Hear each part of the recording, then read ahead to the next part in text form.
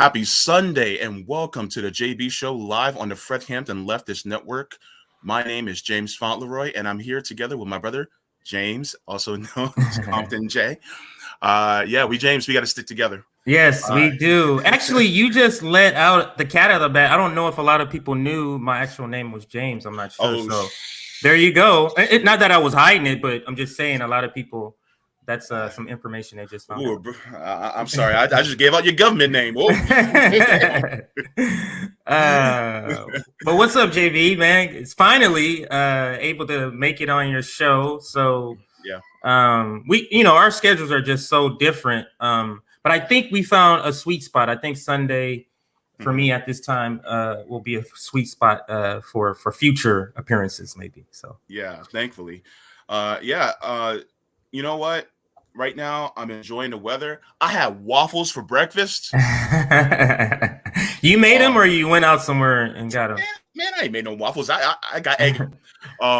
So I did that, and then I was just like, okay, CJ's coming on. I gotta match his swag. So I'm just like, I gotta match the swag. You know what I'm saying? So I was like, okay, let me do it. So, but you look pretty good on every episode. So just saying that. But when you came out with the Cornell West, I made a comment about that too. I was like, no, he got a fresh head, everything. I was like, no, JB, yeah. Yo, look, I was letting out my inner CJ. I was like, let me get him. Let me get him. But how are you doing today? I'm doing well. The time change, my household is a kind of a late sleeping household, so the time change kind of threw us. So that's it. But everything other than that, everything's good. It's California. It's funny you said you have enjoying the weather. I don't know if you consider this good weather, but it's kind of gloomy here. It's cloudy. The sun's not out. So it's not as good as normal. So yeah, for me, it was nice because we get so much sun that a cool, windy, cloudy day was actually a nice respite from what we were experiencing all year. Like, look, if you want to know what a really well done glazed ham looks like, just look at me. Look at me. I've been roasting in the sun the whole time. Florida is just and you're in southern Florida or central, or where are you? I'm in Central. Thank God I'm not in Southern Florida. Yeah, if I was in Southern Florida, I'd be like as dark as Flavor Flav. Like, my God. I'd be 98% cacao versus my typical 87%. No, man, don't get me started, man. No, absolutely. I'm surprised. I'm happy that there's so many people up watching us or watching this stream already. Because it's you, brother. That's why. No, this is you do well all the time, but this is great. There goes Sab. I see Sab in the comments. Oh, there goes Nick too. So the family's in the house. The family is up in the house. Some people are a little bit busy because, capitalism's is solidarity with those people. We see Robin too. Thank you, Robin, for all the artwork. Oh, case study. Wow, everybody's in the comments today. Hey, there goes case study QB too. Damn, what's up, all y'all up in here? What in the hell? Oh my God! Yeah. So look. Every single one of these people, all of our comrades are here. Yeah, brilliant, beautiful ass people coming up just to see their brothers on screen. Okay, all right. So I just wanted to say hello to everybody. Right. There's a lot of y'all in the chat, but I wanted to get to the story that I wanted to talk about first. Okay. We like to get all the serious stuff out the window so we can have a little bit of fun later. But right now, so what's going on with the trial for the murder of Ahmaud Arbery? I hate to start a little dark, but we got to start with the important stuff. I'm trying to keep my language a little clean, but forgive me for that. But the trial is unfortunately being. We already know how it's going to end. You and I have seen this time and time again. And this has been all over the news, so it's reached mainstream media. It says here, testimony for the Ahmaud Arbery case was given in front of a mostly white jury. This first day of the trial was emotional with Arbery's mother watching footage of his death for the first time. Terrible. You know, I'm at a point right now where you just kind of feel a little numb about all this. And the thing is, the point is, I don't want to be numb to this. I want to keep my sense of outrage because it feels like they want us to continue to be numb so we can be desensitized to this. What are your thoughts about that? My thoughts is this resembles so many cases that the Black community has been screaming at the top of our lungs about how we don't receive justice in the same way that white people or white Americans receive justice. So this is why you ask a Black person, they're like, oh, this happened in this case. They'll be like, oh, and why are you surprised? Like, what are you expecting? You know what I mean? Like, and I think that speaks to what you're saying about you don't want to be numb to this. It's where you have to actively force yourself not to be numb because it's so much. Yeah. You get what I'm saying? It's so many killings. It's so much wrongdoing. It's so much going on that you literally would just be going from one tragedy to another, and it's terrible. But it resembles, everybody in the Black community can speak to this. How we've seen this play out many times. Times. Yeah. So it's terrible. So what I'm going to do is I'm going to play this short clip, and then we can react further about it. So,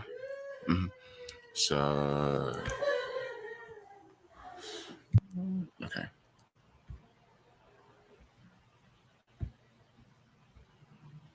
Video of Ahmaud Arbery's last moments alive. It was. We're going to turn now to the trial of 3 white men in Georgia accused of gunning down a Black man who was running through their neighborhood. Testimony in the Ahmaud Arbery case is set to begin before a mostly white jury, and ABC's Alex Brachet is in Brunswick, Georgia now with more. Alex, good morning. Good morning, Gio. Tomorrow, prosecutors will call their next witness in this case. It's a little bit of a mystery as to who that will be. This witness list is sealed, but based off of jury questioning, we expect it could be another member of law enforcement or a member of the crime lab. But it was an emotional first day of this trial on Friday. The prosecutor, during opening statements, played that cell phone video of Ahmaud Arbery's last moments alive.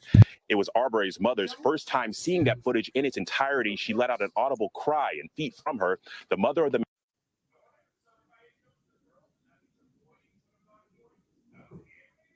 who pulled the trigger sat shaking her head.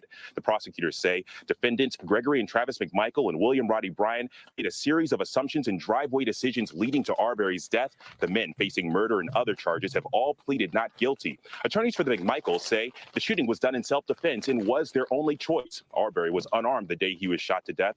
Bryan's lawyer claims he was just a witness. Also Friday, we saw body camera footage from one of the first responding officers on scene. It was so graphic that one of the jurors shielded her eyes. But over the weekend, we've talked to members of this community that say those images have rekindled feelings of frustration and sadness about that case. They're thinking about it, and so you have to imagine that it's stuck with members of the jury as well. Whit? All right, Alex Brachet for us. Thank you so much. We do appreciate. Just terrible. Just terrible. I want to say this, JB. When we talk about the Overton window with politics, I'm going to use the term. I don't know if there's a term for it, but bear with me. The Overton window for what's considered racist, what's considered horrible, abhorrent behavior towards Black people that window is way shifted out of place. Yeah. Like the threshold to kill a Black person is so low. And the threshold to convict a white person for a Black person's death is so high. Yeah. Like it is absolutely terrible. And I don't understand a person who can examine the American experience for Black people, who can examine American history and not understand why Black people are still in the situation that they are in. Mm-hmm. Yeah. It's just terrible. Like, just because we had a Black president doesn't mean we've progressed to where we need to be. It's so bizarre. It's so bizarre that we're even having a case like this, where there's even an other side. If this was a Black person on the other end killing a white person, the slant of media would be like, this person is terrible already. And it's like, it's a question. Yeah. As if there's a question that these two people or three people are not responsible. It's just. Yeah. Yeah. I look, let me ask you this. And I know you know the answer to this, but I just wanted to ask it to show how typical we Black people know how the system is. If the perpetrator had been Black, what type of pictures of that Black person would they have shown? Mugshots. The thing is that, and you know, to answer Jean's question, because I you know, a lot of people, you know, some people, you know, don't know exactly what's going on. She said, "I'd be good for the jury. I know nothing about the murder case." So, just to fill you in, Ahmaud Arbery was a Black man that was jogging through a neighborhood, taking care of his body, nothing out of the sorts. And these two men, a father and son, I believe, automatically assumed that he was running for a different reason. I think you can guess what that reason was. Because of that, they decided to take the law into their own hands, jump in a truck with guns, and run him down and shot him dead. I'm not going to give specifics of how badly he was shot, but it's something that you wouldn't want to see, and only somebody who's in the medical field or who's really good with gruesome things should see. That would be able to see. Because for somebody like me, I wouldn't even be able to see it. So this was a lynching. This was not anything else other than that. And so I think a third person was also involved. Yeah, and the names are Travis McMichael, and his father is Gregory McMichael. The witness or the other person is William Bryant. Yeah. And so, by the way, they didn't get arrested until public outcry came and was so strong that they had to arrest them. Right. So they known about this case for weeks, and they didn't arrest them until there was public backlash. It makes you think, it makes you wonder, how many times did this happen in the past when we didn't have footage everywhere? When we didn't have, you know, the ability to let our voices be heard as well as we do throughout social media and the internet. I say that all the time, JB, that the internet really is what's pushing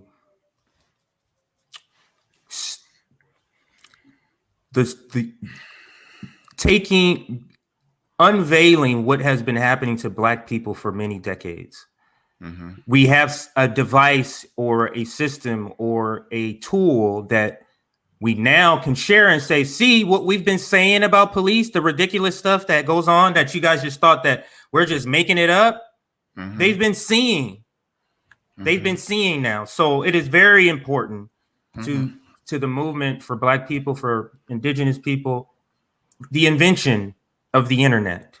is very important for that, because they no longer can say, well, that's not what happened. We have video. Yeah. Like, we have accounts. We can put it on social media. Like, we could see it.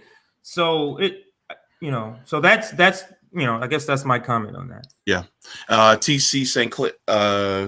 Sailor, I'm sorry. They had to import the DEA from somewhere else because the perp's dad was a cop. That tells you a lot. Mm-hmm. Yeah. So let me say this. It's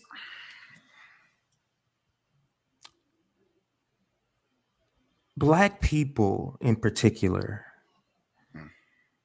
who are under the assumption that we're free and we've made all this progress. They excuse away things like this. There's always a reason, because they're not looking at all of the tapestry together. They're not looking at the whole picture. So they're looking at sections and saying, this is not a picture. Yeah, well, why was he jogging? Well, they said he was looking in windows. Looking in windows is not the right to kill anybody, if that even happened. But you see how low the threshold is? They do the same thing with police killings. They'll go, unarmed man shot, but it looked like he was reaching for a gun. But the officer said that he jumped at them aggressively. They have to give a reason to why they're going to, because they can no longer just indiscriminately kill people without creating some reason, because they know people are going to get upset at this point. So they just throw out these flimsy reasons as if these reasons rise to the level of you being able to kill somebody. So let's just say if he was looking in the window. You know what happens in this area under a lot of construction? The neighbors go around looking in developing constructions. Just Google it and Google the years before. You'll find articles about it. So it was a known thing if he did that. But why would you say why would you kill somebody because of that? You get what I'm saying? Yeah. And it speaks to the propaganda, JB. The propaganda that these people, these white men who killed them, are under the propaganda that all Black men are criminals. Yes. You get what I'm saying? They're under this impression. And white America, for the most part, a lot of white Americans are under this impression because we've been criminalized through Hollywood. They do their job, and criminalized through corporate media. So when they see one, they're frightened. Any move we do, you get what I'm saying? Mm-hmm. You stick in your pocket. He's reaching for a gun. Like, they're having flashbacks of the stuff they watched in TV, the stuff they read. Mm-hmm. You know, it's funny. People like you and me, we have to behave a certain way just to quell the fears of certain people. Mm-hmm. Look at how we're dressed. Mm-hmm. Look at us.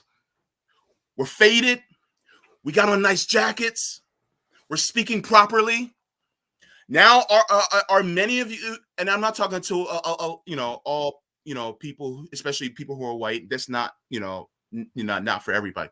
It's just a subset of people. Do we scare you still?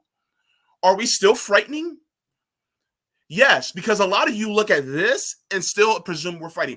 Mm-hmm. I'll put it to you like this: if Ahmaud Arbery was Will Smith and just looking through windows so that he can buy a house in that neighborhood, would they have done the same thing? That's a good question. That is very well, because Will Smith is famous, it'd be like, oh no, Will Smith, we wouldn't have assumed anything. He's a good Black. He's one of the good ones. He's a good Black. And I'm gonna say this. Sometimes I feel like with certain people that I'm considered one of the good ones. Yes. Meanwhile, you got brothers like our brother Rome, feeding people, buying clothes, buying diapers for people across this nation. And they'll still look at him as just another nigga. Mm-hmm. What? He's doing, look, this man is doing things way better. Look, he's doing more than ever Bakari Sellers would ever do. He's doing way more than they ever will. and yet they want to demonize him. And then you have some people on the left that look at some of his past mistakes and shit, and then they'll go, oh, well, you know, he said this and he said that. Even though, number one, he has changed himself. He's evolved just like we all did. I evolved. You evolved. Hell, Peter Dow evolved, right? A lot of people are surprised at that, and we're happy about it. But yet, you guys still want to vilify people like our brother Rome, or, you know, Mike Tinavasa, or anybody else that has a history of being, you know, in the system. Right. I have brothers. They'll vilify in the system. They'll vilify people like Rome, but then they'll turn around and go vote for Joe Biden, who created the 1994 crime bill. That's just bizarre. That's bizarre to me. Who does that? And that's bizarre to me. And then there's the same ones who want to cancel their own student debt, but Joe Biden was the one who made it impossible for them to cancel it.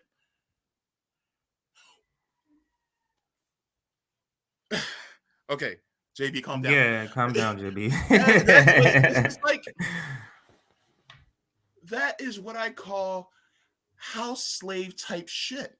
Yes. And I'm not just talking about people who are black. Right. That's house slave type shit for anybody of any race. Why are you appealing to your oppressor?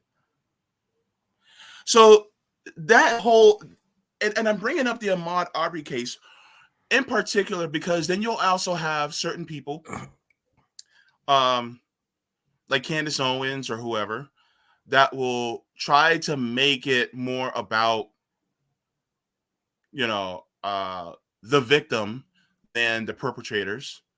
Yeah. Larry Elder is another one that does that. Larry Elder's in California. I know nationwide, everybody just figuring out about Larry Elder, but Larry Elder has been terrible for several decades in California. We've known about that guy. But yeah, just to point out another one along those lines. Yeah. Thanks, Abby, for the super chat. She said, thanks, Abby. She said that half the time they don't know any black people except their one black friend that they use as proof they're not racist. That's terrible. I got a black friend. I got black friends. And what's weird to me when people use that excuse, I was just thinking this yesterday, is to prove that you're not racist is that I have a black friend. So let's apply that. Let me apply that here. Yeah. Okay. Is there white slave owners?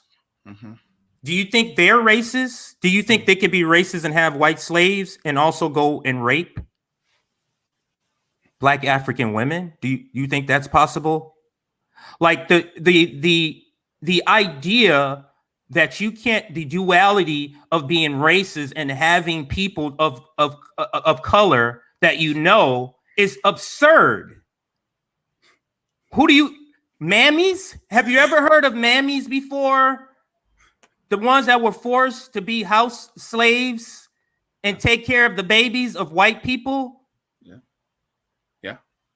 Do you think they were racist? But they also allowed that black person that they thought that they were racist against to take care of their kids. And so the concept that you can't be racist and know people is absurd.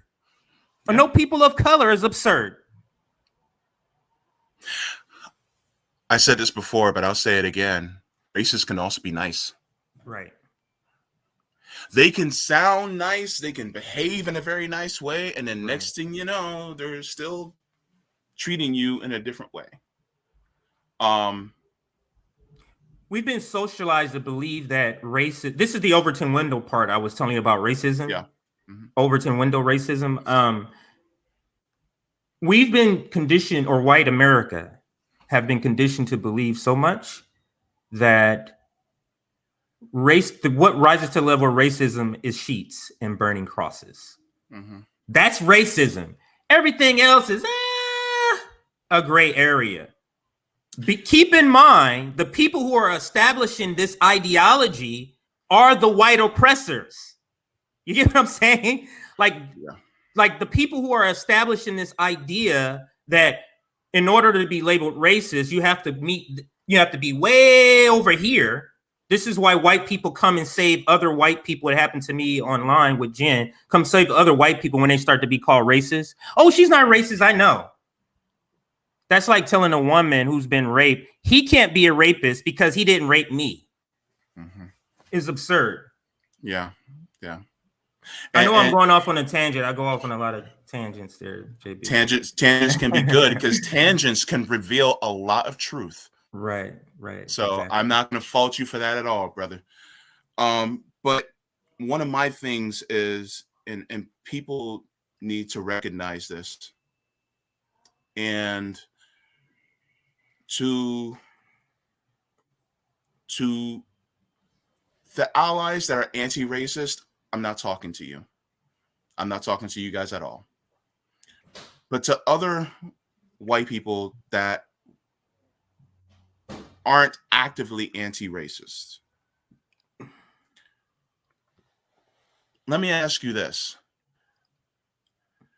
Does your black friend that you know, how do they see themselves in their relation to you? Do you look at them as just the good one?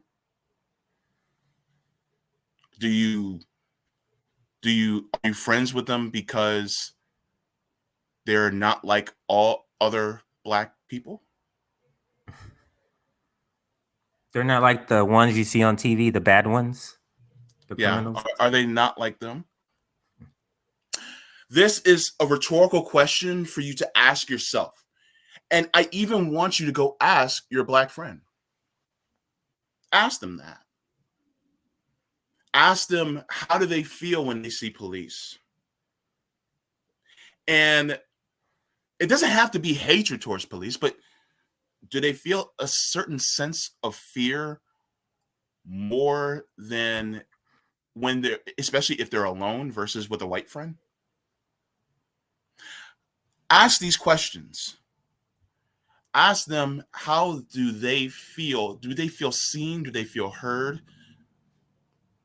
Because there's a lot of times where, and let's be honest, when I have a straight face, I look like an angry dude. I just do. Why do you think I'm so bubbly and happy all the time? Because this is way more threatening than this. Mm-hmm. And so I have to acclimate myself to be more approachable and more comfortable. I am not a small man. Let's be real. All right. This jacket definitely needs to be a little bit more tailored, let me tell you. But what I mean is, we just want to be ourselves, but we're in a nation that denies us that. Right. Because being ourselves has been criminalized. I like to go outside with my hood on. But you know, I purposely don't wear my hood so that somebody doesn't call the cops on me. That's my life. I'm free. I'm free, guys. Yeah. Like it's I always give analogies. Do you think a chicken on a free range farm, do you call that chicken free? Just because you're able to roam the plantation doesn't make you free. Just because they allow themselves to make money off you by allowing you to buy things and live in nice homes that they're making money off of you on, doesn't mean we've reached that place. Yeah. So it's just understanding that everything has been, but it's just a lot more covert. That's all. Yeah. And so my thing is, I didn't even plan to get this far into race as a discussion. Right. But it's just like they, you know, some black people say, I felt it in my spirit, so I just went with it. So let it sizzle in your spirit, like Country Wayne. It was set in my spirit. I was just like, let me go there. But I think this is an important thing to have, because there are so many people, even on the left, that can feel comfortable in a space, but they don't necessarily realize that we have to kind of code switch. You know what I mean? Right. Mm-hmm. I've been code switching my whole life. My whole life. Before I used to go into my work, when I used to work for Bank of America, I literally would be in the parking lot, JB, and I would go, time to switch on your white shit, to myself. Time to switch on your white shit. Put the smile, because I don't walk around with a smile. I don't. Put your white shit on. I'm telling myself this as I'm walking into Bank of America, into the corporate headquarters of Bank of America.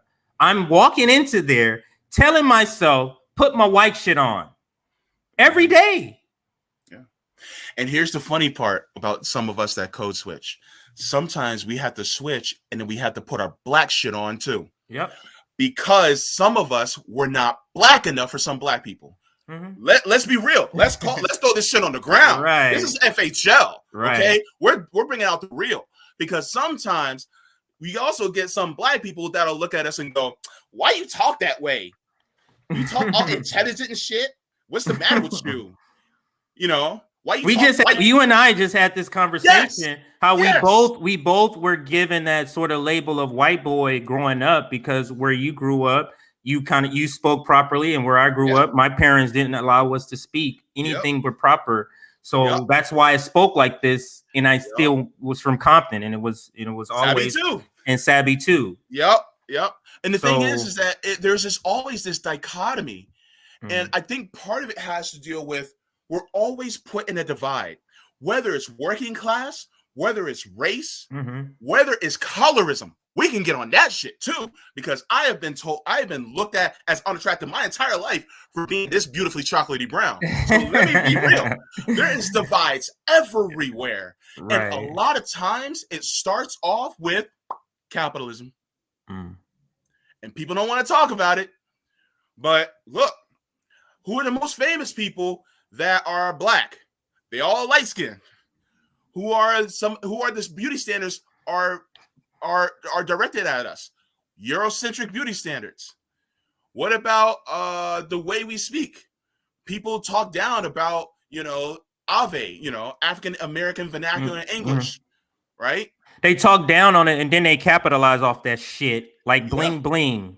Yeah. Like, I mean, that was put in the English dictionary. I mean, word, like yo, like everything. I mean, verses, like everything. I mean, you watch a video of old Barack Obama when he was young, and he was saying it. He was like, most of American culture, American pop culture, is black culture. Look at the music artists. Who's leading the black trends? Who's leading fashion? You tell me. A rapper can create, rappers are creating languages. They're creating words that eventually make it to the dictionary. Yeah. Like if I say, can you feel me? Everybody knows. Everybody knows it. They know what it means. Why? Because black people are the only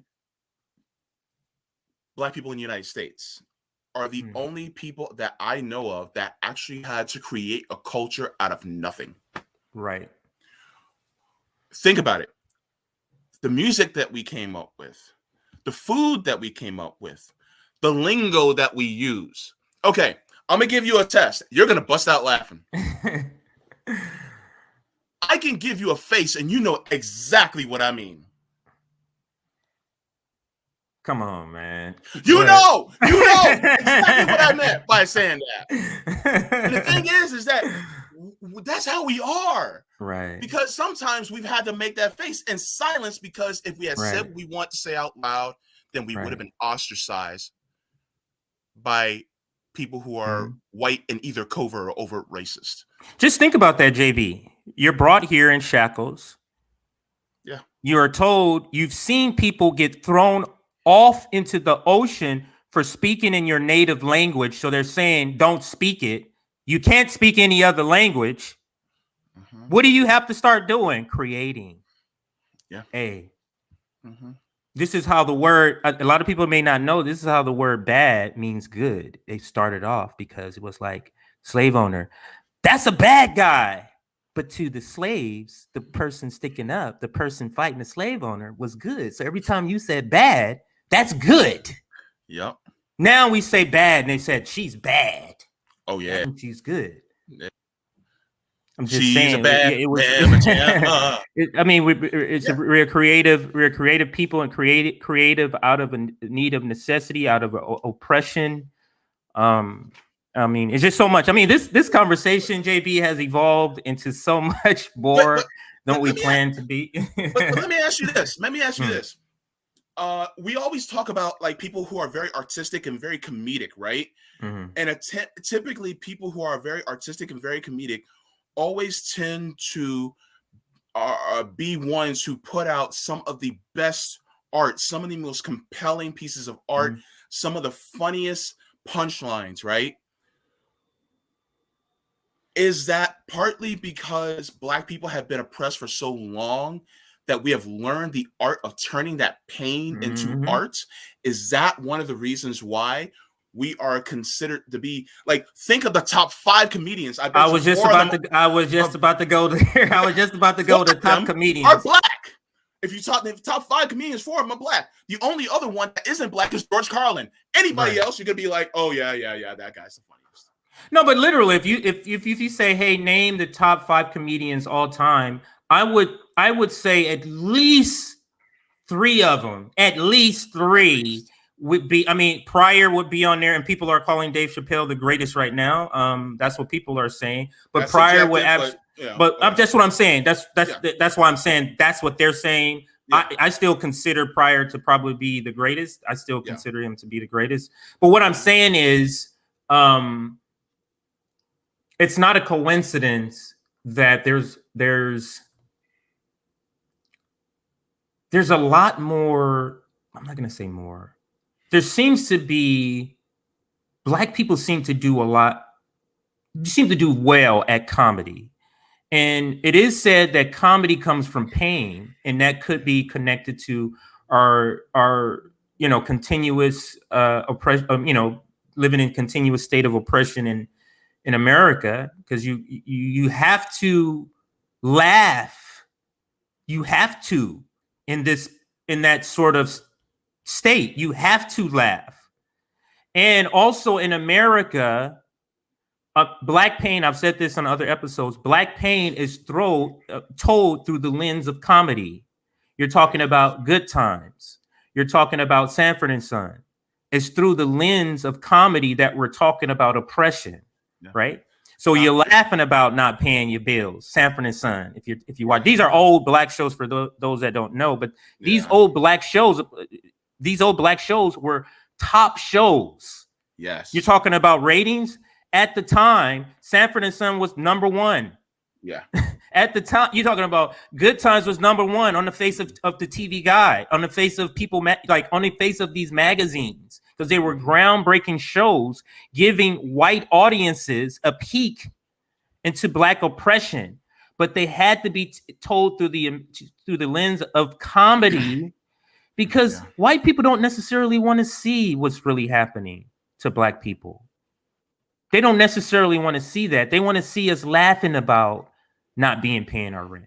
They want to see us laughing about not being able to go to college, laughing about not graduating. They want us to be happy in that state. Aren't you tired of laughing about it, though? Yes. Me too. Absolutely. Me too. Because the thing is that I want to laugh about funny things that we don't have to. I want to laugh at joy, not pain. Right. And you get tired of it because it's almost like, well, they're laughing about it and they're making us laugh. So keep the pain going. Keep the pain going. Exactly. And you sit there and you're like, no, we're using this so that we can stay alive, so that we can get out of this pain. But you won't let us because you're continuing the system because it makes you feel good. Right. And it's like, and part of me kind of wants to be like, stop letting the capitalists enjoy it. Just make it so that if we stop making them enjoy us in that way, then maybe, just maybe, we can get to a better place. Listen, JB, we could definitely get to a better place if Black elite were for doing things for the Black community. We can get there. Yeah. If the NBA and the NFL, the Black players said, "Hey, we're not playing another game until qualified immunity ends." Period.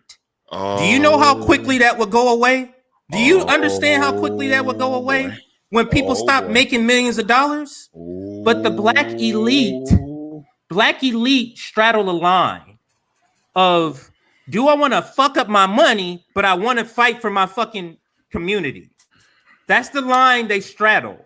And lately, they've been leaning away from the Black community and leaning into their class, their new class, the rich. Because I'm telling you, if the NBA and the NFL, the Black players simply said, we're not doing nothing until these demands are met.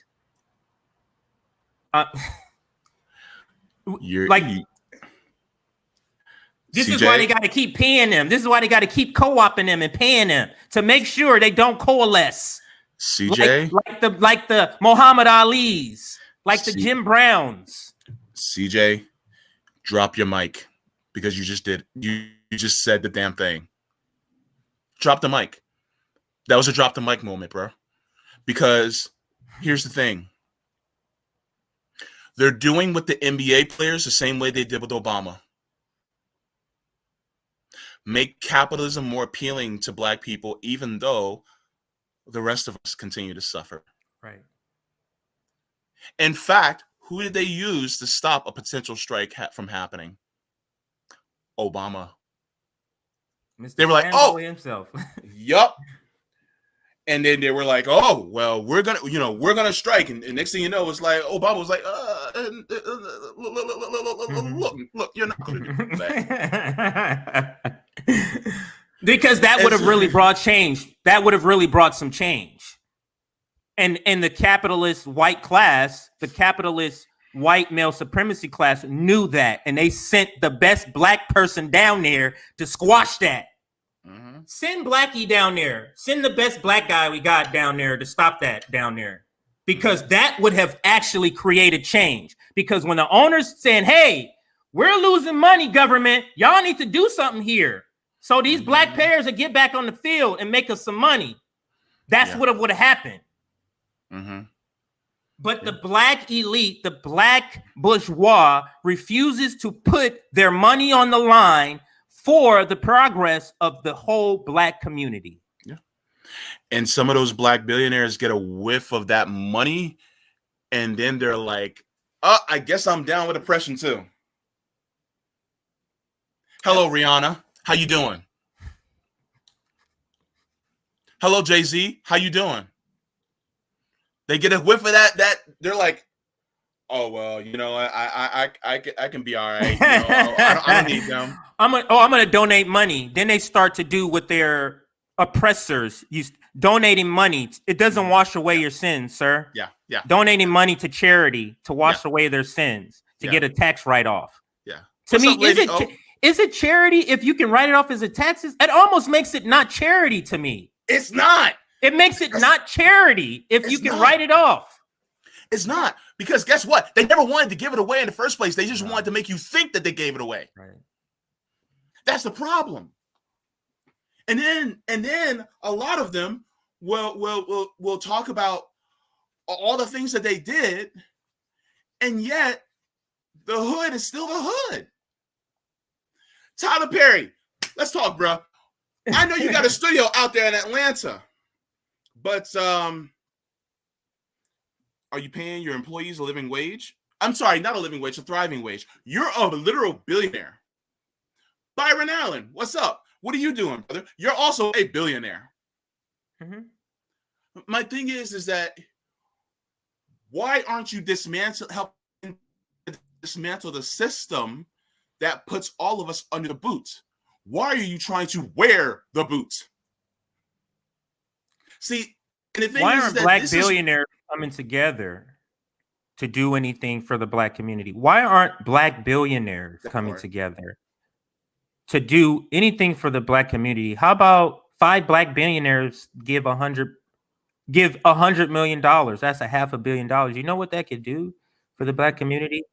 That everybody in the government refuses to do for the black community. It could build up the community, clean up the community, create jobs, open some businesses, be self-reliant. They refuse. Yeah. And like you'll have some that want to make a bank, you know, Killer Mike. They want to make a bank, but yeah, it's just like, oh, I want to create businesses, but your goal is to be just a black capitalist. What did Fred Hampton say about capitalism? You don't fight capitalism with black capitalism. No, you can't. What how am I gonna put out a fire with a fire? Right. You have to put out fire with water. Like, come on.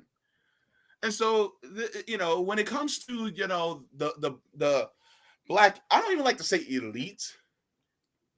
Bourgeoisie. We can call them the bourgeoisie. Black bourgeoisie. Yeah. You know, a lot of times, and then they'll focus on, damn, I went completely off the rails. Oh, well, it's a good conversation. But they talk about black excellence. And my thing is like, what does black excellence mean? Achieving in black capitalism, that's what that means to them. Achieving in black capitalism means black excellence. It's absurd. Yeah. Just because you've learned the way to oppress people, and by that you've made all this money, because there's no way you could be a billionaire and something you didn't step on somebody's neck to get. There's no way that is even possible.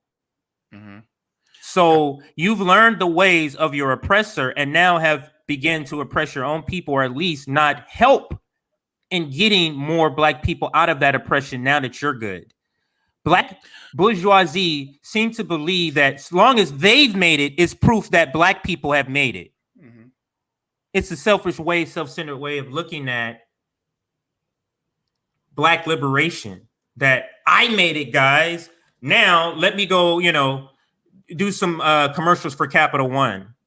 Let me go do some commercials for, you know, Wells Fargo Bank, who sold insurance bonds on slaves. Let me go do some stuff for them. Like, it's so bizarre, and it all can be fixed if black bourgeoisie simply came together and said, this ends. White people who are making billions off of us. Either get this stuff fixed or your billions stop. They could do it, but they refuse. Part of me wonders if they think that if they did that, then the same thing would happen to them in Oklahoma and Tulsa. Part of me wonders that, like, if I do this, then I'll wind up just like the people in Tulsa. It's absolutely self-preservation. It's absolutely, I'm not going to do that because then I'm going to mess up my money. You've seen, I mean, I don't know. I've heard people say, black people make comments like this. Oh, you ain't gonna mess up my money. You ain't gonna have me out here saying. I recall Steve Harvey saying that one time on, forget what it was, Def Jam 10th. It was like some sort of anniversary where all the comedians were there, and he didn't want to curse at first, and he was like, "Oh, y'all not gonna mess up my money with all these white people." That's it. That's it. You're not gonna mess up my money by fighting for all those poor black people. You ain't gonna mess up my money. So here we are. It's down to us, JB, and people like us to have to do this fight. Yeah. The black bourgeoisie, hopefully, when it gets real bad for them, or they see that we're winning this fight, they'll try to, hey, I was with you guys all along. They'll try to do that. Yeah. I was about to say something. But you know, when I think about oh, I remember what I was going to say. It seems to me that the cancer of individualism has plagued the black community. Right. We bought into it. Yes. We didn't used to be that way. We didn't used to be that way. No, we weren't. Mm-hmm. Because now it's to the point where it's in our music. Mm-hmm. It's throughout our culture, the hustle culture. Basically talking about every single movie about the hood is about people trying to leave the hood. It's never about trying to build it back up to make it something better. I've given it up. I've given up. Let me get out of here. Yeah. And then they always use and especially in black schools, they use that crabs in the bucket mentality. They're like, oh, that crabs in the bucket mentality. You're always trying to pull you down. And it's like, what if the crabs in the bucket actually work together to get out of the bucket instead of being so busy to climb out off of each other? But no, they don't do that, because this whole thing about individualistic is, I got to get mines. You got to go get yours. And the poor people, the poorest of the poor in the black community, internalize that too. So you're living. I was just down in Watts the other day at the projects.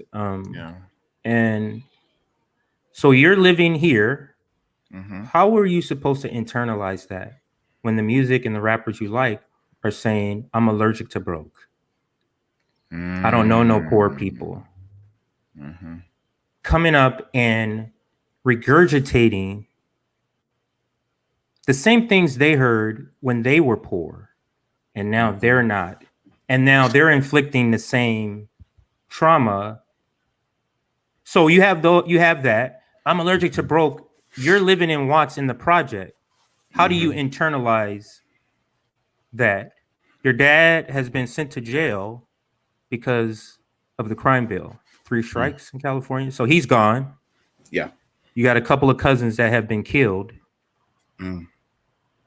That kid is expected to achieve the American dream just like the white kid who has none of that stuff. That's America. And this is what I'm saying, JB. Black people don't teach their kids understanding what oppression is, that we are living under the state of oppression, because they've been convinced that we're out of it. And the reason they're not successful is this individualism. I did something wrong. I made the wrong choice. If I would have just did this. Like, besides oppression. The thing is this, JB, the black people are trying to move forward with relationships, with this, with that, without fixing the problems of oppression. It'll never happen. It'll never happen. It'll never happen. You have to attack the problems of oppression first and fix that.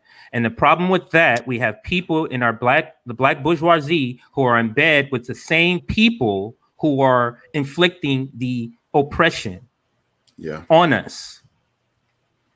You're in bed with Chase. You're in bed with all of these banks. You're in bed with these, Amazons. You're in bed with these companies that ship our jobs overseas. You're in bed with all of these companies that are oppressing us. And all you think you can do is donate some money, create a foundation, and you're good. You're not. Yeah. Thanks to Kyle for the super sticker. I appreciate it. And thanks for everybody for the super chats that you guys been giving so far. Look, this is a conversation that's going to be going. Basically, I think we're going to keep having this conversation by the time, I'm an old man. But I think this conversation needs to be had, because as we keep having this conversation, then it'll wake people up. And I think people, that's one of the reasons why it's important for us to have shows like mine, shows like yours. And I wanted to touch on Straight Outta Politics, because that is a wonderful show that encapsulates your experience in living in Compton, as well as how this system causes your experience that you have had to live through unfold in the way that it did. Because let's be honest, if we didn't have an oppressive capitalist system, Compton would probably be named in the same breath as someplace like Calabasas. Mm-hmm. Am I correct in that assumption? Absolutely. Compton used to be all white, and it wasn't too long ago, like the 50s and 60s. Wow. Compton was all white. My high school Japanese teacher showed me a yearbook. He graduated from Compton High, as white as you could be. All white people graduated in his class. Yep. Wow. Yeah. So I mean, that's just one example. So yeah. So yeah, but go ahead. No, go ahead. I feel like you were going to ask me something else. I wanted to get you on here because and disclosure to our audience, when we created FHL, when the main founders, Rome, CJ, and Nick, when they formulated this, one of the ideas that was posed between the six of us was we wanted to have also a show that also interviewed each other and to see like what pushed us into this direction. Oh, gotcha. Yeah, I remember. We never did that. yeah. I wanted to take some of this time to actually do a little bit of that, if you're okay. Yeah, absolutely. So I know you've spoken beforehand about some of your evolution from where you were to where you are now. And I think these stories are encouraging as well as inspiring, because then it shows people who may not be as left as us, that show that, number one, all of us, evolve in some way, shape, or form. And number two, that we can see a light at the end of the tunnel when it comes to certain things, because we'll automatically think, oh man, there's no hope. But then you get to a point where we're at and we can see the hope, but we just have to keep fighting. Yeah, I think you kind of understand what I'm talking about. Yeah, absolutely. But how did you develop to the Compton Jay that we know today? Like where did that start as far as political leanings? Actually, believe it or not, maybe this sounds cliche, but it started at a young age with my mom and dad. Looking back on it, the dynamic of them being raised by these two people in particular created sort of the same sort of thing in all of their kids. Like my older brother Matt is also very much into politics. He's still liberal, which I used to be. And then very creative. So it began with my father and mother. So my father from West Virginia. He was always he's the political one of the family. Got it. Yeah, he was the political one of the family. He's the one. When I was a kid, he would walk in the room. He's watching politics. He's, saying stuff out loud. Talking to the TV. Saying these things. He would say things to me like, "This is the one comment about politics that I always remember, which was like, this country is so corrupt." He's like, "There's no way to fix it. It can never be fixed." He's like, "The only way to fix it is if you put all the elected leaders in a room and you do something to them and then start over." He's like, "That's the only way that the corruption is no other way to do it." So I remember conversations like that as a kid. This is not teenager. Like as a kid, he is saying things like this to me. So politics has always been not like Democrat, Republican, but just what's happening and the laws that's going on, the sort of policies that's happening have always been talked about as I'm in the house, has always been talked about. Now, when I say in the house, my dad and mom weren't together. So we would go to his house, and he's watching that type of thing. So there was that, and then there's my mom, and what my mom is the determination part of where I get the never say no. We couldn't say can't in the house, literally. So the idea of you can't do something, I don't even understand that. Like if I say, hey, can you do this? And you say, I can't, that doesn't even make sense to me, because I was never, ever able to say the word can't in my house. So that sort of determination, and my mom, her nickname is Money. Money. There's a reason for that. So her nickname was Money. And the only reason I can think of a person that's called Money is because you're dependable. You're always there. She's Money. Because nobody could tell the story of where she got it. It's just they started calling her Money when she was younger, and that's it. So I'm just giving you little tidbits to kind of give you together. Yeah.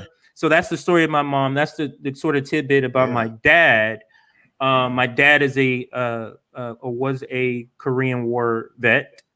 I have older parents. My dad was actually 18 years older than my mom. So I had a very older upbringing, a very in their ideology.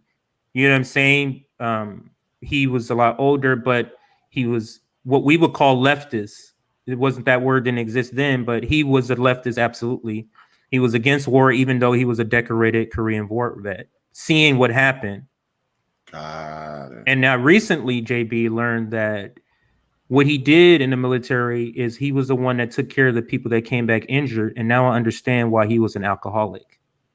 Oh my God. You understand?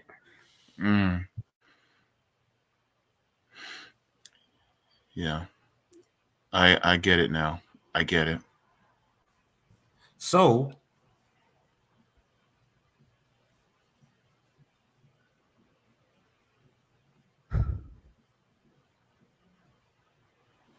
it's okay. I got you. Thank you.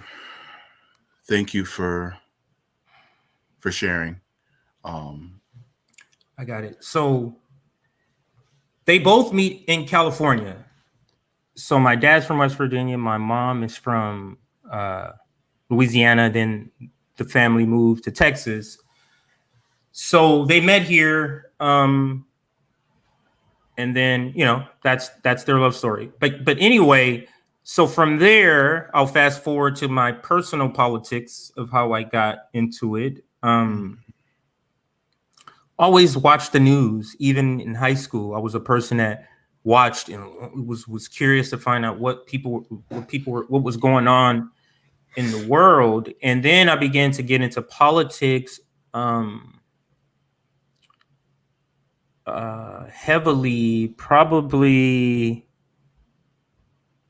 Clinton. Gotcha. Not voting for her, but just being politically involved. That 2016 when Bernie Sanders, that's what really kind of pushed me into politics.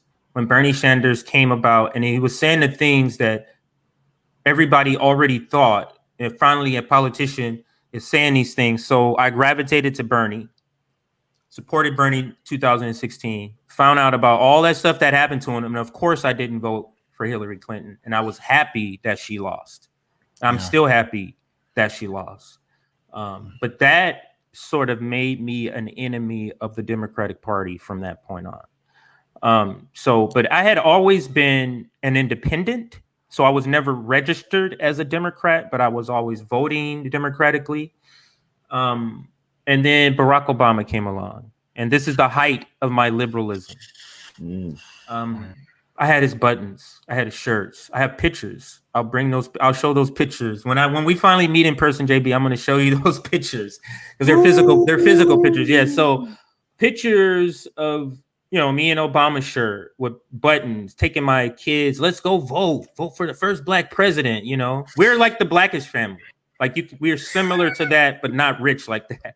But like that dynamic. Yeah. Yeah, I got you. Yeah. Like literally, like I'm the dad and my wife was just like her. So yeah, I did all of that. supported him, voted for him, thought that all the critiques that he was getting, I was like, y'all just attacking him because he's black. And some of the stuff that he was being attacked was because he was black, which made him sort of be insulated from critique, because it was always like, are you doing it because he's black? Because some of it was because of that. So, I loved Obama, fought for him and all of that. Where I began to really change was Russiagate. I was all about that trial. I was like, yeah, we got a spy in the White House. And I was saying all this stuff. Then I just began to, so there's that coupled along with this recent campaign of Bernie and the treatment he was getting from mainstream media. So all of this sort of is changing me to say, now I'm staunchly an advocate against the Democratic Party. And it leads me to start reading things outside of corporate-owned content, corporate-owned media outlets. And at the same time, this is the key to the whole thing, I got rid of DirecTV, and I didn't have a TV service. So I wasn't able to go on and be propagandized by corporate media, even though I thought I wasn't. But now I can see that I was being propagandized by. So once I did that, and I got on Twitter, I had a Twitter account, and I just never used it. I got on Twitter because I got bored of all the other social media platforms, not because of a political reason. I had no idea there was a political community on Twitter at all. Like my old Twitter account was because I was a club promoter, and that's what it was, and I changed it into what it was. And so all of this is literally happening all in a matter of months together that catapulted me to where I am today. So I was more further radicalized on Twitter. Twitter radicalized me. So not being fed corporate talking points, reading non-corporate owned media, what's happening, to Bernie, all of this is happening, me getting, like I said, radicalized on Twitter. And then I start reading more. Then I find out Obama bombed, 90% of the bombs he dropped was on civilians. And I'm like, how do I watch news every single day, 5 hours of news, and I do not know that? How is that possible? This was like a year and a half ago. And then I said, that's it. And that's when I started just doing my own thing. The pandemic hit. Then I'm like, I need a way to express what I'm expressing on Twitter. And that's when I said, I'm going to start doing content. And then the populist voice and all that stuff. So since then, been radicalized. The book, Slavery's Capitalism, also radicalized me because it talks about how capitalism's practices is slavery's practices. They just switched the name to capitalism. Capitalism is slavery, and slavery is capitalism in America. The book Slavery's Capitalism talks about how everything or most things in America comes from slavery. We just don't know it because our governments and people in power have done their best to whitewash that capitalism is directly, some of the tenets of capitalism directly comes from the success of slavery. Yeah. So that sort of is in a nutshell of what I think I've hit all the main points. Of course, there's, a lot of little tidbits here and there. Finding a community on Twitter was huge, and being radicalized on Twitter was huge. So yeah. It pained me when your dad said that the only way to change things is to put them all in a room and do something to that effect. Right. That cynicism is well apparent also in my mother. Because she doesn't think that anything can be changed. She's the type of person that believes that everybody has a right to a home, everyone has a right to food, everyone has a right to health care, everybody has a right to clean water, clean air. She believes in all of those things, but she doesn't think it's ever going to happen. She's 70, bro, and she still feels this way. And mind you, she's still trying to find a job just so he can make ends meet. She's 70, trying to find a job. And so when people like us talk about that we're tired of the electoral system, it is not because we're just trying to be cynical or we're just trying to be contrarian. No, we are literally tired. We're tired of the systemic racism. We are tired of seeing people who look like us on the other side of the planet being exploited and bombed and raped and pillaged, all because a few rich folks can gain an extra buck. We're tired of seeing our kids literally having to I don't have kids myself, but my nieces and nephews are like children to me. We're tired of seeing them live and have to project in their minds a future where their education is not guaranteed, that if they look a certain way that they may end up getting shot. I literally had to have the conversation, you know what conversation that is, with my nephew. And then my youngest nephew, I'm going to have that conversation with him too. I know his dad's going to have that conversation with him, but I have to reinforce it to let him know how serious it is. And so, and then on top of it, I'm tired of all women having to fear and having to be subject to the bullshit that they have to because of the way capitalism plagues them. And so, and then on top of that, you know, you see the capitalist mindset in churches and in religion. You see it everywhere. And so, like you, I'm just, we have to use our platform to build something up, because we just can't sit idly by, because you and I have something in common. You can't stand to see somebody in pain. Neither can I. And this is one of the reasons why I think I have so much love and respect for people like you and Nick and Rome and Afeni and Sabi, Josana, Kamali, our former FHL members. I still have a lot of love and respect for them too. RJ, Jackie, Meg, yeah, absolutely. Yeah, I have so much love and respect for them, because even though they are tired,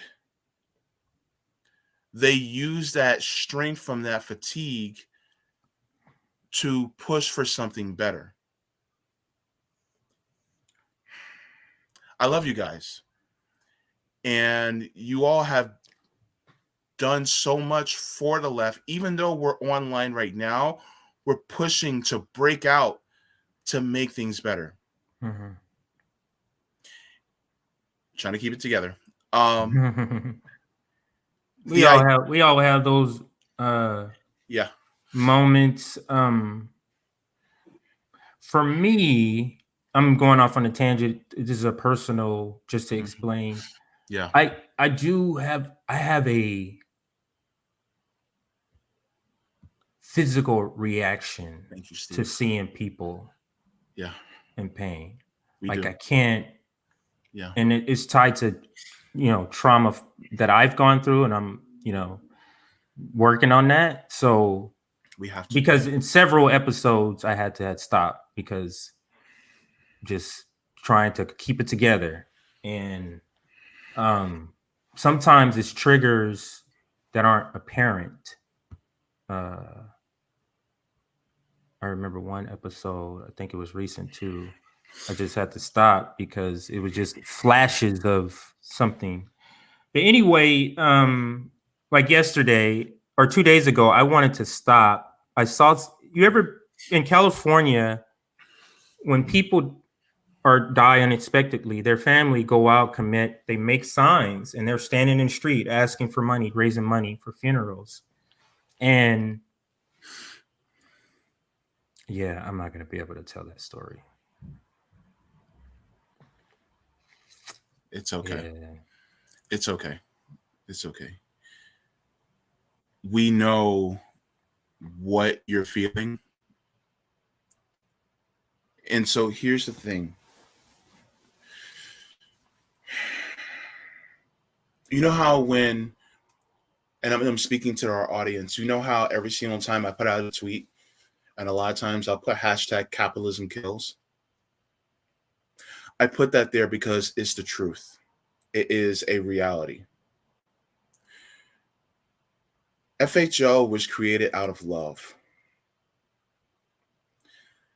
And that love isn't just for Black people. It isn't just for the left. That love's for humanity. I've said it before and I'll say it again. You cannot be on the left and not be someone that loves humanity. You can't. Because that's ultimately what it means, is to love humanity.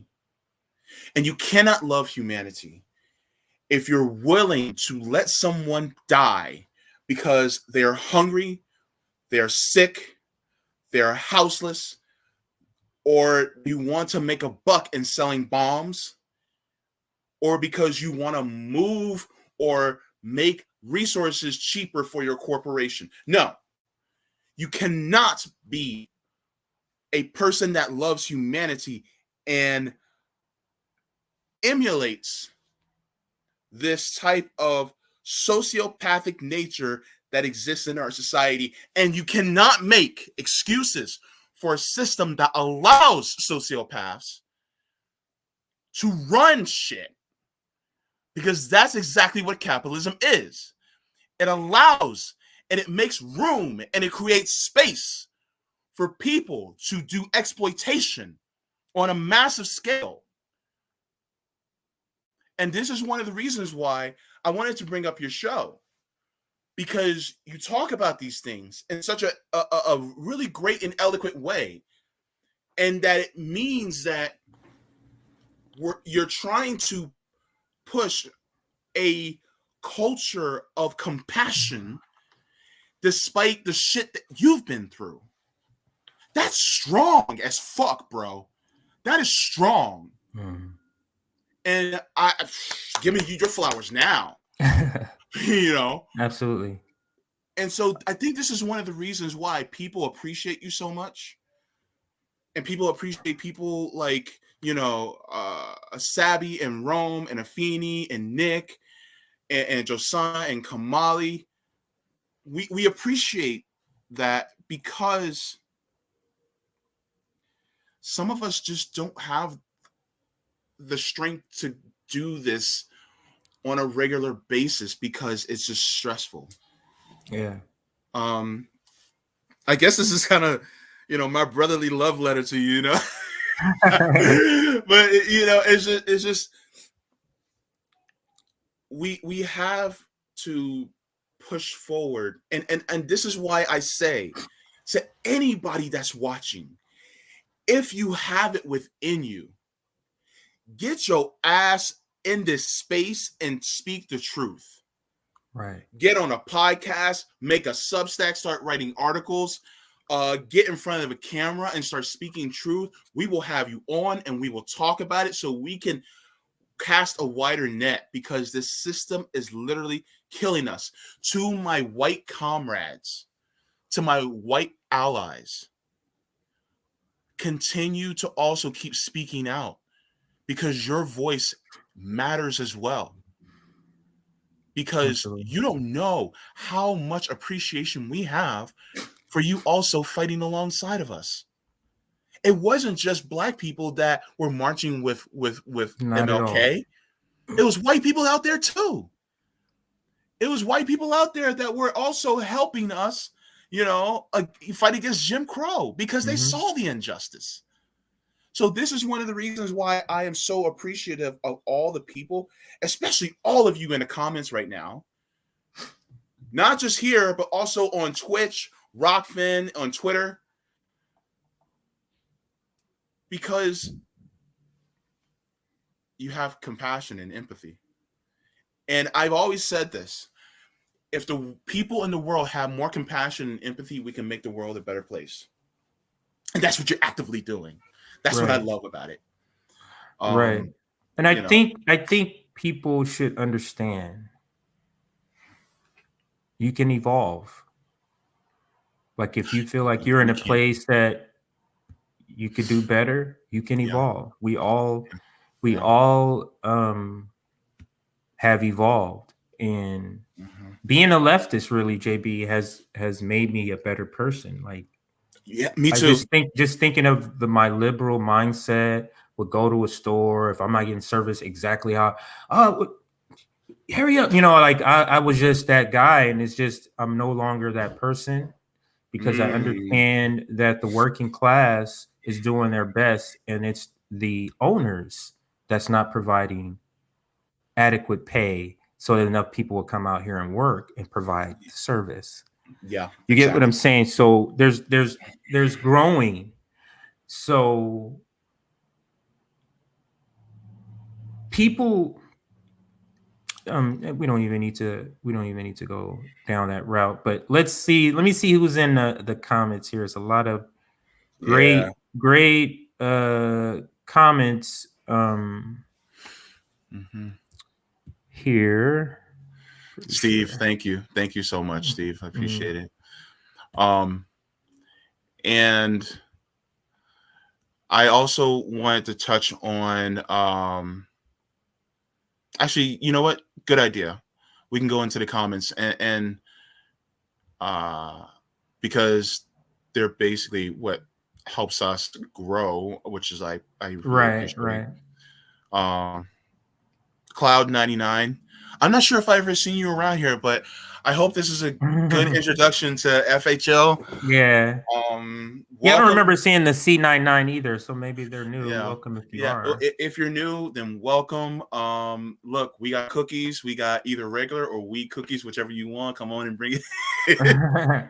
I'm just kidding. I don't have wheat cookies, but I wish I did. Any comment I'm looking at a bunch of them. These streams are therapy. Oh, sorry. You put up the same one? I think you put up the same one. No, I didn't. Okay. These streams. Maybe you put that one up before. I thought that one. I didn't, but I'm glad you did. Pretty good. Yeah. Thanks, Nick. Look, man. Solidarity and love out to you, bro. Nick has taught me a lot. Shit, I'm gonna get emotional. Nick has taught me a lot, man, and we're learning from each other, and that's what people in the community does. Yeah. Listen, we're not finished. We're not finished learning. Oh hell no, there's takes that I may have now and understandings I have now that I'm gonna evolve from, even as a leftist. Like I'm still growing. I'm still even understanding. I'm still trying to understand different topics, trying to unlearn the conditioned capitalism like lens that I've always seen things through. So I feel like I'm only 40% of what I'm gonna be, maybe 40%. Like I don't even feel like I'm not even there everywhere, especially with foreign policy. I'm not there everywhere I want to be as far as understanding foreign policy and understanding political history. Those are two areas I do want to get better, at. So yeah. Me too. I there's so much I have to learn and so much I want to get better at. And picking the brains of everybody around me is super helpful. I want to can we shout out the General Strike Summit? Yeah, we're definitely going to do that. Nick said something like that in the comments, I think. Definitely. Somebody did. Yeah. Thank you so much, Matt. Thank you so much for the solidarity. Appreciate it so much. Absolutely. That'll help with Nick. He said that they would double the amount if that comment you put up. It said something about doubling the amount to Rome. So that will help. I'm throwing this idea out there, JB. I think we should probably get some sort of mutual aid or GoFundMe. I don't know what other, but like FHL. That's just an idea. Maybe because I think we could probably raise money to help different mutual aid efforts. So we can. That's something in the future we can think about. Doing. Well, Quaker Socialist, she also helps out with advertising mutualaidhub.org. Yes. And we have to get her on a General Strike Summit too to kind of go over some of those things. Definitely. I think if we haven't already booked her. I don't know if I don't see her in today's. She's here. Oh, she is. Okay. Yeah. But that's a great idea. So now I can tell the story because I want to tell the story that I've composed myself. So the other day I was driving and it was two kids, teenagers in there trying to raise money. And then I saw the picture. It was of a young baby. They were raising money for a young baby. But I wanted to tell the story because it encapsulates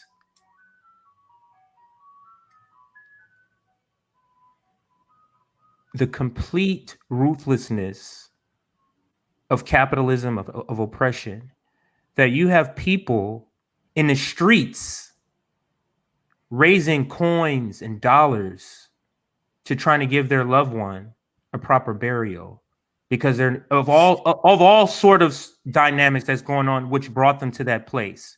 When we're talking about oppression, we're talking underfunded schools. We're talking crime bills. We're talking murders in their neighborhoods. We're talking police patrols, what I call slave patrols of their neighborhoods.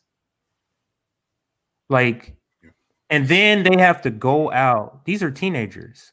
What's traumatic? What sort of traumatic effects is that having? That they're having to go in the streets and ask for money. Oh man. And I was going to stream from that, but I couldn't. I couldn't go there.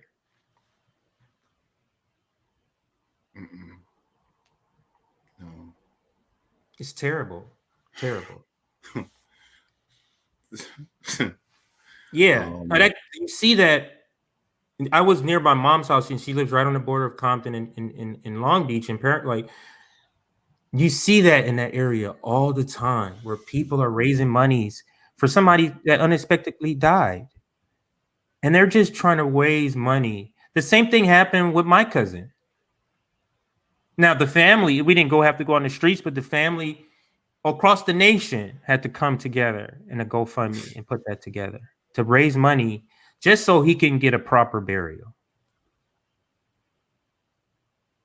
And Joe Biden, Nancy Pelosi, Barack Obama is fine with people living like that. AOC in the squad, they're fine with people living like this. In 4 years, we'll take care of that. 4 years? It's terrible. This is why we have to fight now. In 4 years, he's raising money. They're raising money for a funeral today. What is 4 years from now going to do?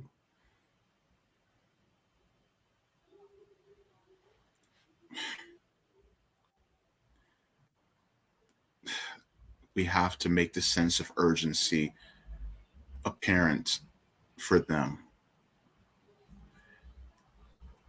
It's terrible. They will never have that sense of urgency unless we force it upon them. This is one of the reasons why the General Strike Summit is so important. Because who are they funded by? Who is the one that bribes them? It is the corporations. It is the billionaires. It is the ultra wealthy. They're the ones that do it. They have them by the fucking balls. And so in order for them to listen, then they only listen to the people that is choking them. So because of that, we have to bypass the people who are supposed to be working for us, and we have to make it so that the wealthy are uncomfortable, so that shit can actually change. And the fact that we even have to do this is sad, and is disgusting that we even have to force change by making the corporations hurt. Because ultimately, this isn't supposed to be this way. But unfortunately, it is. So every single person, advertise this General Strike Summit. Whether you share a tweet, share a Facebook post, post it on Reddit, I don't care. Something. And let's try to get as much people to watch so that we can learn about what to do and how it can be done. It's going to be Friday, Saturday, Sunday, November 12th to the 14th from 10 a.m. to 10 p.m. Right. Because it is obvious that the people who we elected, their usefulness is like that of wet toilet paper. It's true. You can't do shit with it.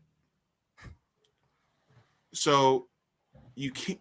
So we have to save ourselves. That's all we have. Yeah.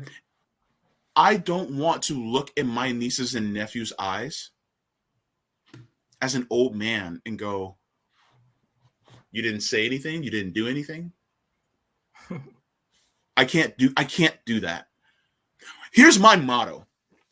My motto, and I want everybody to know this. My motto has been and always will be, leave the world better than you found it.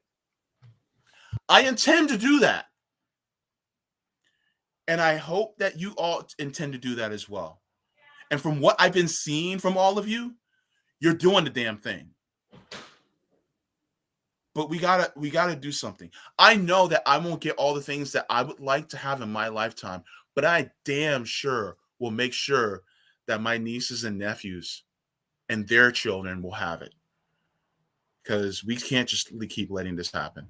Yeah, that's fighting for future generations. Because if we don't, if we don't fight for it, what's going to happen to the climate crisis? Like if there isn't the left that's fighting for it, imagine that. We wouldn't be getting the crumbs, the crumbs that they're even tossing to appear like they care about the climate crisis. Yeah. So, you fight not because you think you're going to win. You fight because it's the right thing to do. That's what Chris Hedges always says. Not because you think you fight imperialism because it's bad and wrong. Mm-hmm. Not necessarily because you think you're going to win in your lifetime or the next lifetime. You're fighting because it's bad. Yeah. Because it's the right thing to do. Right. There goes Robin. Robin's doing so much great graphics for us. Thank you, Robin. Thank you. For those that don't know, all those graphics you see, announcing, all those people, Jimmy Dore, Danny from the Black Agenda Report, Fiorella, Nico, Franco, Ron Placone, Robin did all of that, and all the future ones that you're going to see. So, thank you. Robin also has she has a Ko-Fi. Yes. Please, if you guys like what Robin's doing, donate, buy her a coffee, because definitely. Hey, Robin, can you make another comment with your website? Yeah, and then please. We'll put that up if you're still listening, Robin. Yeah, please. Hopefully she's still listening. If she is, we'll put that up. But what is it again? You said it. Did you say it out loud? Anyway, maybe she'll. I don't know the exact. Actually. Let me see. Margot's here too. I see Margot in the comments. What's up, Margot? Yeah. Oops. That wasn't the one I meant to put. It was the one right above it. Mm-hmm. Hey, if it's an ice cream truck, then get me a strawberry shortcake. I love those. Yeah. Robin, she put up her. Okay, perfect. Yeah. There we go. Yep. Ko-fi.com/Lady Dragonfly. So support Robin. She does a lot of great work, and she's indispensable. So. And shout out to Indie Left News. Indie Left News is amazing. They have been helping us out with getting out our streams and content. So shout out to Indie Left News. Thank you so much. Make sure to give them a follow too. They're very appreciative of it. I thought that I put that comment up. I thought that was their website, but they were giving out Robin's website again. So if Indy, if you have a website you want to put out, we can put yours up too. But support Robin. Check out Indie Left News. They do some great work. What are you doing the rest of Sunday for you? What is it? Almost approaching 3:00 over there where you're at. For today, I got some housework to do. Right on.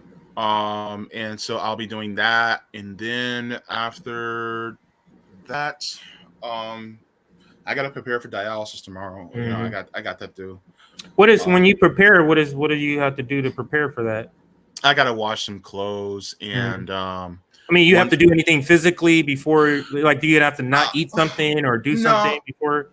No, it's just I try to go to bed a little early because I gotta be up at 4:30 in the morning. So, because I get picked up around 5 a.m. And so I have to make sure that I do that. And I gotta do some laundry, and after that, I gotta make dinner. I'm the one that cooks. Right on. So I'll be doing that. I cook in my house. I cook the breakfast, and my wife cooks dinner. So I make breakfast, she makes dinner. Oh, for real? So that's kind of how it. CJ be getting on that French toast, bro. Yeah. Is that what you're telling me? Are you telling me that I need to come over to your house for breakfast? Yeah, but I'll be putting. I'll be like having recipes. You'd be like, "What's in this?" I'll be like, "Man, just eat it." I'll put something in there. This is good. What you do? He's like, it's a secret. Man, just eat it. So, but so that's gonna be a ball when we reach a place. Where I want to reach is when we're all able to travel together, going to speak to people. That's where I want to be, where the 8 of us, or however, maybe we are at 10 or 12 at that point. We're traveling, we're speaking, we're raising money for mutual aid. Maybe that's what the speaking engagements are. We're building community. We're helping to build mutual infrastructure. And I hope this doesn't sound like I'm being egotistical, but maybe FHL is going to be one of the leading forces for this movement moving forward. I'm hoping that we are. I'm hoping that we're able to not be the leaders, but be one of the groups, one of the entities that's pushing forward, that's leading the way for all the change that we need. I'm hoping that we are that organization. So hang on, hold on. Zach, let me tell you something. I got adobos and sazon in my kitchen right now, but I also have sofrito in the refrigerator. What? Come talk to me. All right? Come talk to me. All right? Because I'm going to see when I get my food stamps. This is how you know I'm poor. When I get my food stamps, I'm going to get everything, all the ingredients to make arroz gandules. And I'm going to make it at home. And guess what? I'm going to make... no. Look, I like to eat. Can you tell? Come on now. Yeah. I love getting on the barbecue. I love getting on the barbecue grill. Quaker, come on now. Do I have Tabasco? I got Frank's Red Hot in my kitchen. I told you. Look at these cheeks. Y'all don't think I don't like to eat? Come on. Y'all, come on. Y'all, look. Unfortunately, I got the Goya before I knew. I like Ibera. How do you say Ibera? But unfortunately, I think I do have some Goya. I think my mom didn't know the bullshit about the guy from Goya, but whatever. It's okay. But we're still going to be doing some revolutionary cooking. We are going to liberate your taste buds, baby. That's what we're going to do. Absolutely. I'm sorry. I'm so stupid. CJ, why do you agree to do a stream with me? Hey, Quaker, put your contact up there. Any mutual aid, so we can put that up for people to see too, because we always want to promote mutual aid is the way of the future. Yes. So get that up there, and we'll put that up on the screen there. Is that Josana? Oh, yes, it's Josana. Oh, that's Josana right there. Damn right, it's Josana. Man, I can't wait for this General Strike Summit. I gotta be honest with you. I think it's gonna be. I'm gonna enjoy it. Like, it's gonna be fun for me having these conversations. Yeah. And I just hope that we're able to reach people who we aren't reaching now.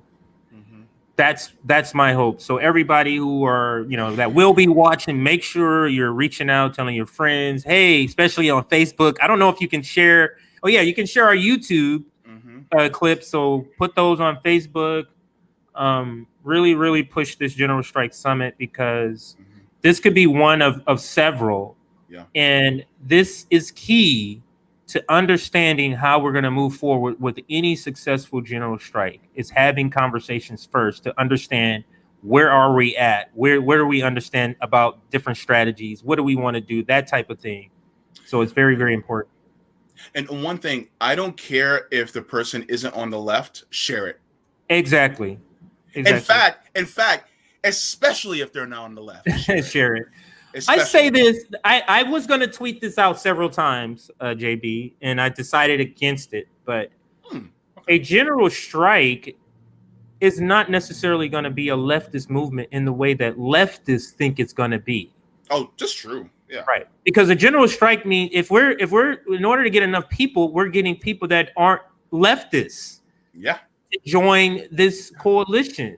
So I just want to make sure people leftists understand that a general strike, or any successful general strike, is not a leftist movement. It's a people movement. So there's going to be people who aren't leftists that we want to join us. I just wanted to put that out there. And there's Quaker's mutual aid. Yeah. So go to mutualaidhub.org, for you guys who want to also find different places to deliver mutual aid. Also, do not forget Rome's tour for the poor. He's out. I think he's in Ohio right now. He's in Toledo. He's in Toledo. And also Free Fighters DC. That is the mutual aid that Afeni has. Afeni's mutual aid, yes. Freedom Fighters DC. You guys can go there, and she also does work with them. So just try, and remember, mutual aid doesn't always have to be financial. Right.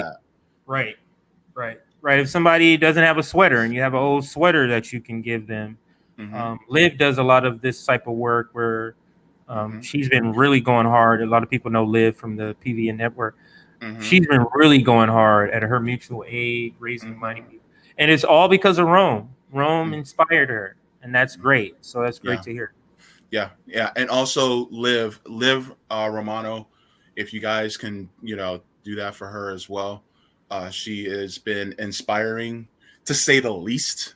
I am, and she's also your co-host on. Forget about that. Yeah, Straight Outta Politics. She's your co-host. Also my co-host. Yeah. On there, she's also a great white leftist, and I'm only using her race now to just point out the fact that, because she did go down to DC to protest with the water protectors. she went down there to do that. So she is a real one. Yeah. So make sure you're giving to her mutual aid efforts here. So yeah.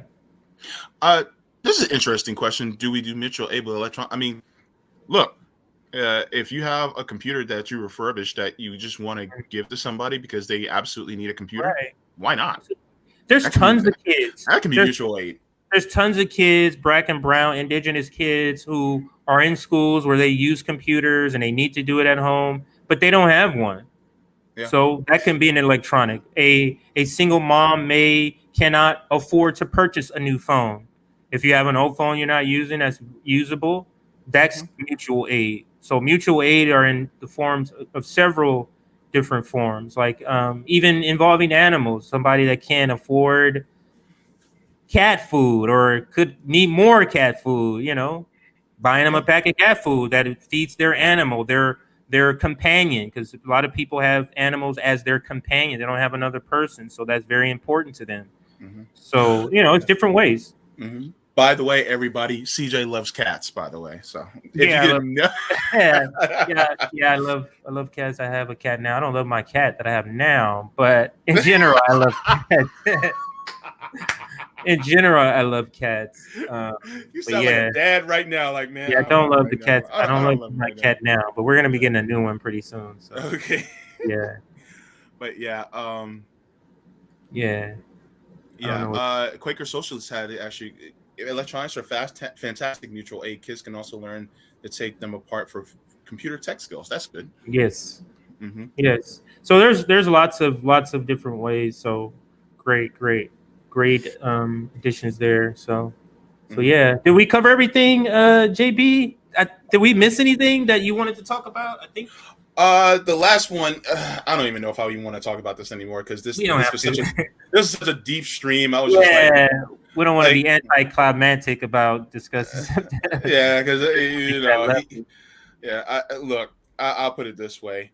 I don't want to bring up someone who will just bring the stream down. And what happened surrounding him is sad.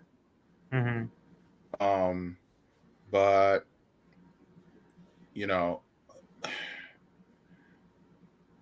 it's just this going to spark a whole other conversation about how people treat one another. But I'll probably retweet the story. But anyways, I want to say that in reference to your story about your political leanings, I'm going to give I hope she doesn't kill me for this. Okay, so my mom has always been a type of person where she gives a lot more than she ever takes. We all have somebody in our lives that are like that, where they will basically almost kill themselves just to make sure everybody else is okay. And that's my mother. And number one, I'm fortunate to have the type of mom that I have, and I'm thankful every day for her. But one of the things that I realized, and how huge this was that my mom was this close to becoming a Black Panther. This close. She didn't, because she was more inclined towards being more religious. But they were recruiting my mom.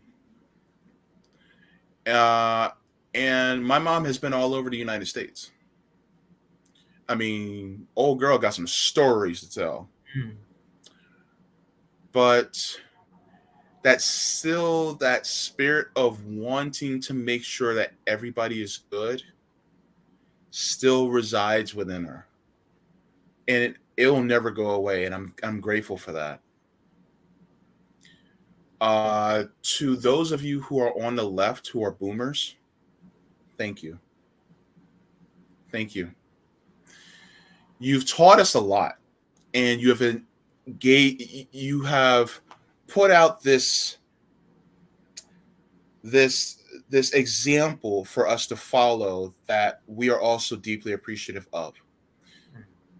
Because without the work that you did and without the sacrifices that you've made, it wouldn't have inspired us. So that's one of the things I just want to take some time out to thank the older lefties that, you know, because we do give a hard time to older generations. We do. Let's be real. We do. But I just wanted to also say to the ones who kept going and stuck it out that y'all got some guts, man. And we appreciate the hell out of you. You know, sometimes I forget that CJ's older than me because, you know, he looks so fly all the time. But it's true. Look, CJ can be my big brother, and I look older than him. Like, what the hell? So why do you think you look older than me? I think I do. I think I look a little older than you. A little bit. Yeah, I do. It's just, you know, but I mean, look, I think I look a little older than you, but you're the one who spouts the wisdom. I'm just like, man. But yeah, so you know, even though you're Gen X and I'm Gen Z, Gen Y. I don't know what millennial. What? Oh yeah, I am. Yeah. Even though, you know, we're both of the younger generation, well, semi-younger now. Make sure to thank the older lefties. If you're, you know, if you're on Twitter or something like that, thank an older lefty that you know. You know, just let them know that you appreciate them because they've been fighting for a long time. And some, even if they, you know, they kind of came a little bit late in the game, you know, they can still feel kind of a little left out. Let them know that, you know, you still have solidarity with them and that you appreciate their efforts. Because, look, we all got to keep, you know, hold of each other. You know what I mean? Absolutely. Yeah. So that's the thing, you know, and that's, you know, we have to continue to display love for one another as much as we possibly can, even if we don't even really know each other, because we're all connected in some way. That is absolutely true, JB. I couldn't say it. Could have said it any better than you have. I never fought hard, but some of my friends did.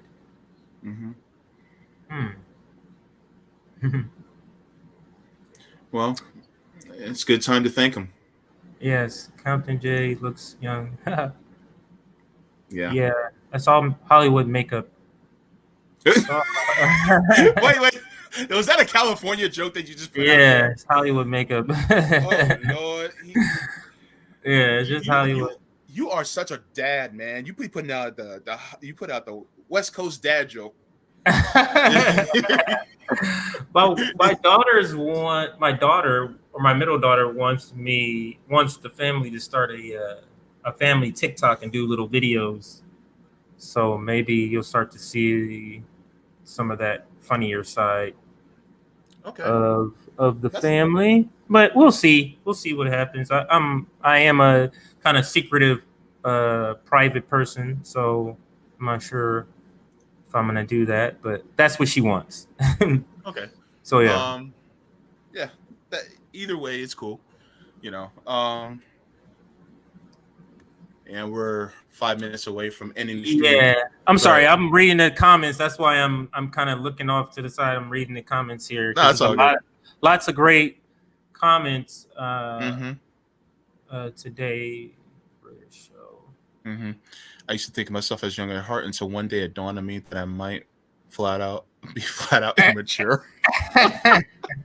So I don't think about it anymore. Don't think about it. Just keep doing it. Look, you have to laugh to keep yourself from crying. You do, especially the working class, especially people of color, because I mean, what else are we, all of the American experience is very traumatic, and I've said this before. American experience is very traumatic for so many different people. Yeah. So. Yeah. What's hot on Twitter? Any latest craziness? Have you heard about Twitter? I haven't really been. A lot of people are talking about the Kyle Rittenhouse trial. Yeah. We're starting to see some divides on the left right now. That's a whole nother conversation that I really don't have the mental energy to get into right now. Yeah. It looks like Nick is calling out AOC. When is he not calling out AOC? I guess you tweeted something about the Build Back Better plan, and then Nick is saying, "Why are you pretending any of these bills are enough to address the climate crisis when the U.S. military is being untouched, when Biden is still fracking?" And this is an example. So she's just trying to point out how good the Build Back Better, and Nick is pointing out like that's some bull. I can share just so before we end, just so you can see. This is important though. This is important because she's not being genuine about what she's doing. Actually, no. I mean, look. Here, what about the infrastructure bill that they all suddenly said that they weren't going to vote for, and then they didn't. But what they didn't tell you is that a bunch of Republicans jumped in and voted anyway. Exactly. I was just telling my wife this, that the reason they voted against this because they knew 14 other Republicans were going to vote for it. Because if those Republicans didn't and they needed their votes, they absolutely would have fell in line. But this is what AOC says. Yes, BIF. What does that mean again? I know this is Build Back Better. Whatever that one is, the infrastructure. Yeah, that's the Build Back Better are not written as two distinct bills, but interlocking policies. BIF's climate benefits only unlocks if BB passes. If BB is gutted, we may have to just lock in U.S. emissions, throw away our biggest chance to combat climate change. Stakes are now higher. And this is what Nick is saying is why are you pretending like any of these bills are good enough to address the climate crisis? This is where the Overton window shifts, because if the mainstream, when you're looking at mainstream, if AOC, who is seen as the most leftist person in mainstream, the radical leftist, is saying this, she has now put the flag in the ground to say this is the most leftist thing that can be said. That's the damage she's doing by saying this. And that was my only point. So I know we're ending the show, but that was my only point. This when we critique AOC and the squad, it's for stuff like this. It was no need for her to say all this stuff. It was no need. Just don't tweet this. But by saying this, you're making other leftists who follow you believe this is the most leftist thing here. So now we're all going to fight for the Build Back Better plan because it's the best we can get. You know what she just did? She just took a pile of shit, put sprinkles on it, and called it chocolate ice cream, and expect you to believe it. Exactly. No. Exactly. Don't piss on my leg and tell me it's raining. Come on now. Yeah. What in the hell? But that was it. It was just I saw that tweet from Nick and I'm like, let's make sure.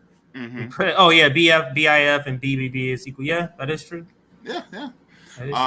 Look, and trust me, Nick has his finger on the pulse, and I appreciate that. But right. Yeah, right. That's a whole nother conversation. I'll probably discuss that on my show on Tuesday. So we'll take care of that. But yeah. Oh wait, is this the first? I think. No, you had to stream last November. Last week was November 1st. No, that was the 31st. Or was it the 31st? It was October 2nd. I think it was. Oh, last Sunday. What? Oh, last Sunday. This is the first Sunday. Yeah. This is the first Sunday of the month. Yeah. And by the way, yeah. By the guy. Colin, but look, by the way, stay tuned for my show that's going to be on Tuesday at 1 p.m. Eastern Standard Time. The JB Font Show on my channel that I'll be having. And CJ, what are you looking forward to on your show on Straight Outta Politics? Straight Outta Politics. This week I plan on putting together a panel. I'm still waiting for confirmation, so I won't shout out their names. But this week I do want to put together a panel. But what I do want to shout out is tomorrow. Tomorrow we're doing Roundtable Mondays, and tomorrow we're addressing trauma coming from oppression or trauma in the Black community. Ooh. So we're going to have Professor Zunkas on. We're going to have Dr. Kareem from the International Leftist Coalition. He also specializes in cultural or racial trauma. Or cultural trauma. So basically, we're talking about racial trauma or the trauma derived from oppression. Tomorrow, Kamali, I think, is going to be there. Nick will be there. I'll be there. And then Professor Zonkas and Dr. Kareem. So that is something I'm looking forward to. That is my whole thing now, JB, is talking about oppression. I'm sorry, talking about trauma. That's my angle. I want to attack capitalism from how it traumatizes people. I want to attack the living wage from how it traumatizes people. I want to attack the lack of Medicare for all, but how it traumatizes people. Because to me, that's how we're going to get people to understand this is not just a financial decision. You are traumatizing people by making these decisions. Now, there was a video and book by a professor named Joy DeGruy. Mm-hmm. She has a book called Post-Traumatic Slave Syndrome. She gave a great lecture on it that I listened to. It was very deep, and I think that's something that we all have to deal with, especially as Black people, because there's a lot of untreated trauma within us that needs to be looked at, but unfortunately it can't within this system unless we had a universal healthcare system that allowed all of us who had to deal with that to actually go see a mental health specialist to work through it. And so I think that'll be a wonderful conversation tomorrow. I'm going to see how I feel after dialysis. I typically I completely understand. That's why sometimes I'll put it out there, but I don't really go at you hard to join because I know what you go through on Mondays and Wednesdays actually. So absolutely, completely understand. Yes. But if anything, then you'll see me in the comments. Mm-hmm. But please make sure to check that out tomorrow. That's going to be a wonderful thing. Make sure to check out CJ stream this Wednesday on 3 p.m. Eastern. Yes. 3 p.m. Eastern, Straight Outta Politics. And did you have anything else you want to add before we end? No, that's it. Thanks for having me. We got to do this more often, just to have conversations about different things. And next week, General Strike Summit, make sure you are there to check it out. Definitely. All right. Thanks, everybody. And we will see you in the next one. Alrighty.